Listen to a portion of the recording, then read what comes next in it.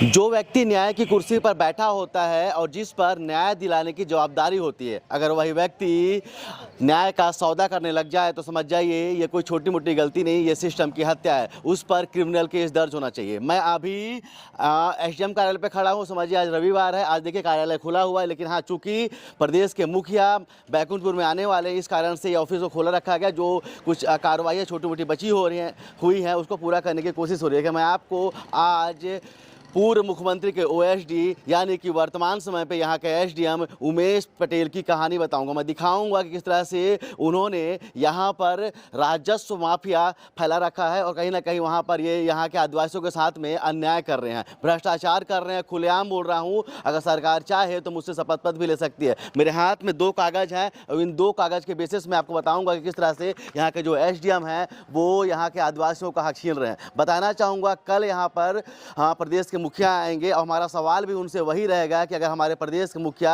आदिवासी हैं तो क्या वो आदिवासियों के हितों की रक्षा नहीं करेंगे। यहाँ के जो एसडीएम हैं, जो पूर्व मुख्यमंत्री भूपेश बघेल के ओएसडी भी रह चुके हैं, यहाँ पर आके कोरिया जिला पे आके किस तरह से दलाली कर रहे हैं, किस तरह से आके भ्रष्टाचार कर रहे हैं, उसकी पूरी कहानी बताऊंगा। और मैं चाहता हूँ कि सिस्टम भी इस पर संज्ञान ले। समझिए आज रविवार है और हम आके हम जनता के लिए और सरकार के लिए उनको सच्चाई दिखाने के लिए पर आए हुए। अब देख लीजिए बोर्ड लगा हुआ है, अंदर का ऑफिस खुला हुआ है और यहाँ पर एक बहुत बड़ा सा वर्ड भी लिखा गया है इस दीवार पे, संविधान सर्वोपरि है, कानून से बड़ा कोई नहीं है। लेकिन समझिए इसी कानून की धज्जियां यहाँ के एसडीएम उमेश पटेल के द्वारा उड़ाई गई है। वो अपने आप को संविधान से बड़ा समझ बैठे हैं, समझिए। और मैं चाहता हूँ मैं आपको पूरी कहानी बताऊंगा, दिखाऊंगा किस तरह से कि एक सब डिविजनल मजिस्ट्रेट के पद पर बैठा हुआ पूर्व मुख्यमंत्री का ओएसडी उमेश पटेल किस तरह से धांधली कर रहे हैं, किस तरह से आदिवासियों की जमीन को गैर आदिवासियों को ट्रांसफर कर रहे हैं। मेरे पास पूरा सबूत है। वो 170 खा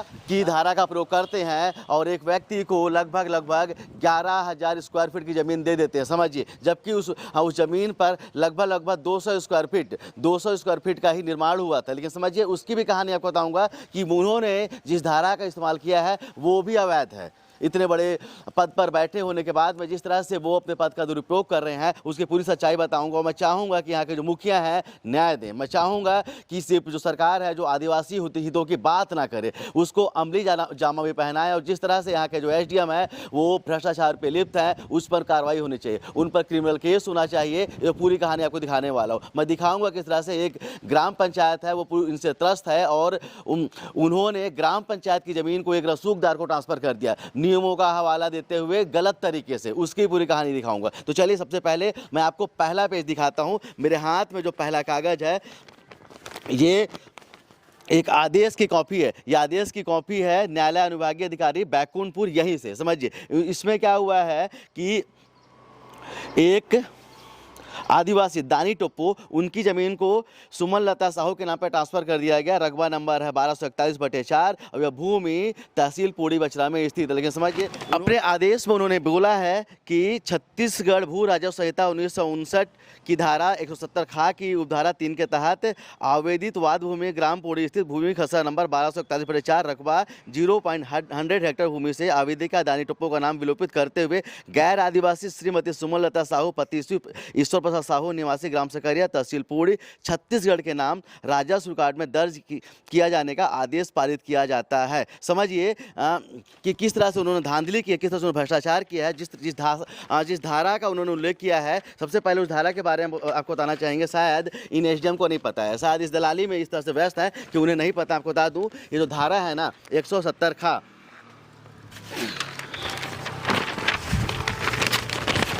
उस धारा का प्रयोग तब होता है जब कोई आदिवासी 1 अक्टूबर 1959 से 30 सितंबर 1980 के बीच में उसके नाम पर अगर ज़मीन होती है तभी धारा 170 खा का प्रयोग होता है। समझिएगा, पहली बात फिर से बोल रहा हूँ, अगर कोई आदिवासी 1 अक्टूबर 1959 से 30 सितंबर 1980 के बीच में वहाँ पर उसकी नाम पे भूमि होती है, उसके नाम पे वो जो ज़मीन होती है दर्ज होती है, तभी उस धारा का प्रयोग होता है। समझिए श्याम साहब, इतनी दलाली मत कीजिए, तब होता है प्रयोग।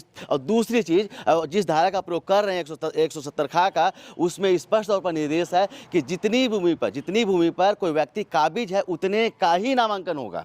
समझिए उतने का ही नामांकन होगा। समझिए 11,000 स्क्वायर फुट की भूमि को यहाँ के जो एसडीएम दीपक पटेल हैं, उमेश पटेल हैं, उन्होंने सिर्फ और सिर्फ 400 स्क्वायर की में कब्जे पे है जो बंदा उसको पूरा का पूरा जमीन उन्होंने ट्रांसफर कर दिया। समझिए किस तरह से कर दिया, इन्होंने पूरी तरह से नियमों का उल्लंघन किया है, पूरी तरह से अपनी शक्तियों का दुरुपयोग किया है। हम इसके लिए शपथ पत्र भी दे सकते हैं, लेकिन हम चाहेंगे कि प्रशासन अपना ईमानदारी से काम करे। हम सवाल पूछेंगे यहाँ के मुख्यमंत्री से कि आखिर ऐसे एसडीएम को जो पूर्व मंत्री के ओएसडी थे, बाद में किस तरह से कोरिया जिला पे आकर यहाँ के गरीब आदिवासियों का हक छीन रहे हैं।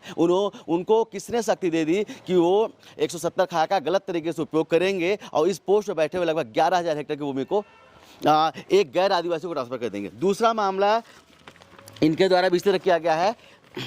ये जो मामला है ये तहसील पौड़ी बचरा का है।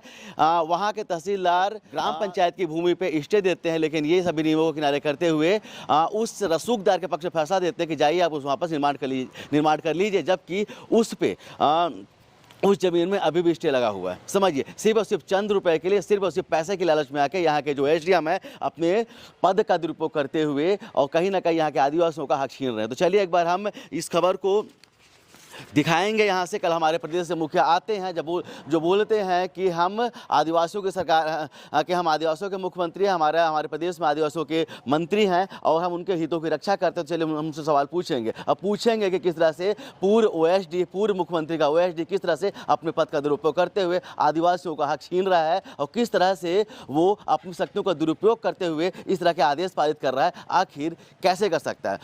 जो चीज़ें नियम पे नहीं हैं, अगर जो चीज़ें कानून के तहत नहीं होती हैं, तो ये एसडीएम जो है वो किस तरह से इस तरह का कृत्य कर सकता है, क्योंकि उसके हाथ में पावर है। समझिए उसके हाथ में न्याय दिलाने की ताकत है, लेकिन समझिए वो एक तरह का गिरोह चलाते हुए इस कोरिया जिला पे राजस्व गिरोह चलाते हुए राजस्व माफिया करता जो सरगना बनते हुए यहाँ के जो एसडीएम है गलत फैसला दे रहे हैं और आदिवासियों की जमीन को गैर आदिवासियों को ट्रांसफर कर रहे हैं। तो चलिए कल मिलेंगे यहाँ के हमारे प्रदेश के मुखिया से, पूछेंगे सवाल कि आखिर ऐसे अधिकारी पे, ऐसे भ्रष्ट अधिकारी पे खुलेआम बोल रहा हूँ क्योंकि हमारे पास में कागज है। अगर चाहे सरकार, अगर प्रशासन चाहे तो मुझसे शपथ पत्र ले सकती है।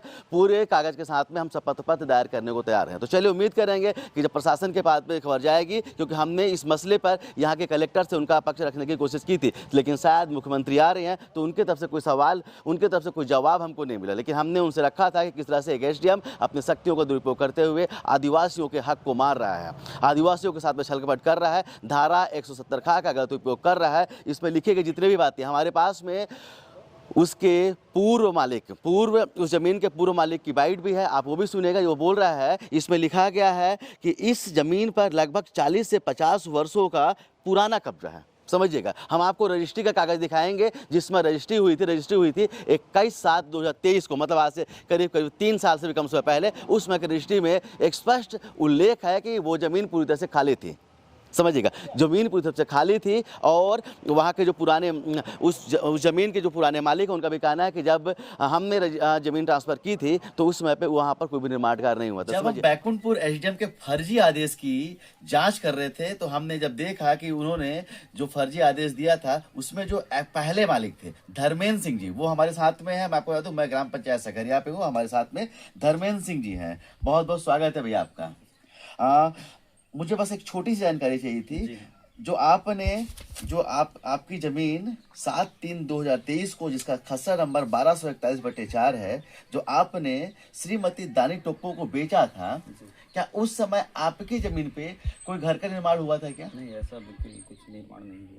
वो जमीन पूरी तरह से प्लॉट खाली थी।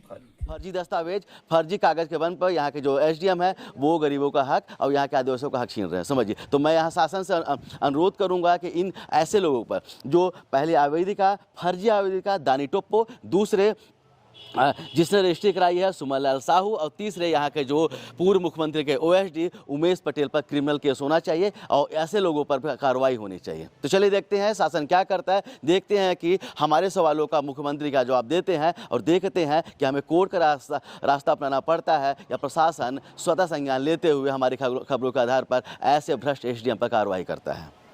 कैमरामैन किशन के साथ अब तक के लिए मैं सुनील शर्मा। जय हिंद।